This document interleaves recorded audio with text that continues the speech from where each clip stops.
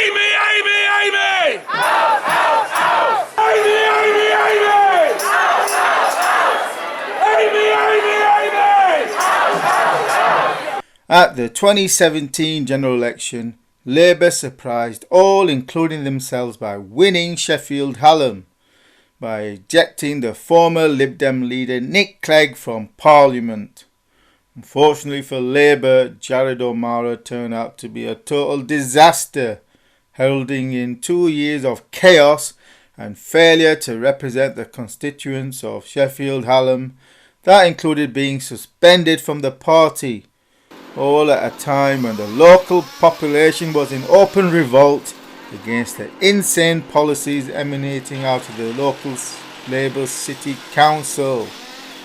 And so now, 2.5 years on, the Lib Dems look set to retake Sheffield Hallam from a chaotic Labour party, especially given the close result in 2017 that saw Labour winning the seat by just over 1,000 votes.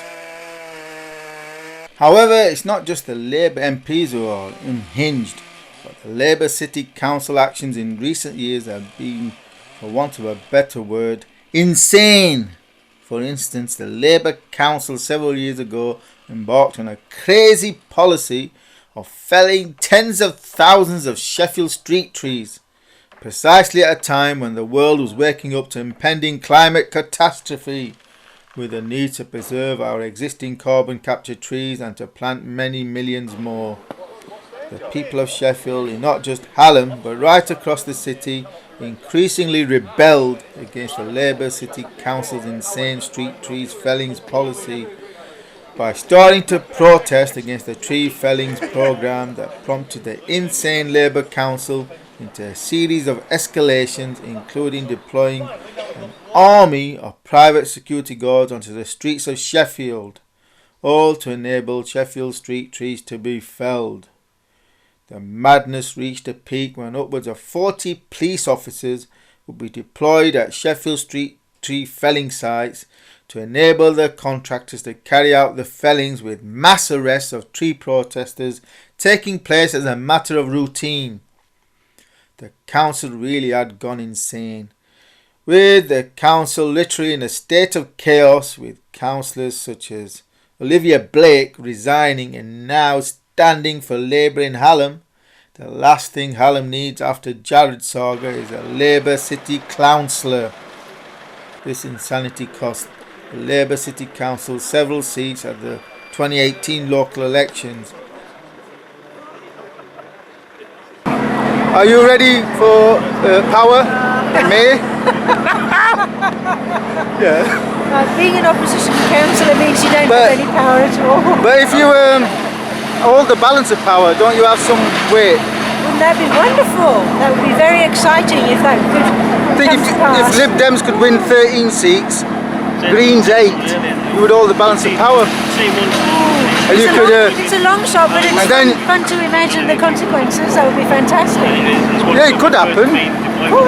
Has Greens ever held the balance of power? Yes. Sheffield? Yes, they have. They have? Yeah. Gillian Creasy was a lone Green councillor quite a few years ago. Is it? And they held the... Yes, she did. Yeah, there's a fine balance between just Labour one. and Lib Dems. Yeah. How many are there now? There's 4 at the moment. 4? It's got 4 times. And if you double it to 8... Wouldn't that be wonderful? Make my life a lot easier. But it would mean doing a deal with the Lib Dem. And now it is likely to cost Labour the Sheffield Hallam seat to the Liberal Democrats.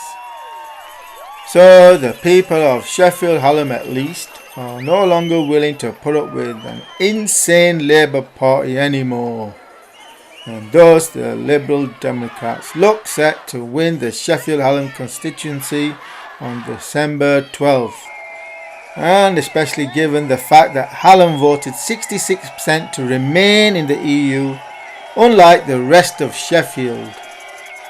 And it remains to be seen whether the general revolt amongst traditional Labour Sheffield voters will affect the outcome of Sheffield's other 4 Labour constituencies, especially given the fact that Sheffield as a whole voted to leave the European Union, whilst Labour is backing a Remain second referendum which undoubtedly is going to cost Labour votes, likely in favour of the Brexit Party. Therefore, my forecast conclusion is for the Liberal Democrats to win Sheffield Hallam and for the Brexit Party to win an average of 15% of the vote across the city, with limited gains for the Tories. Not all over this time.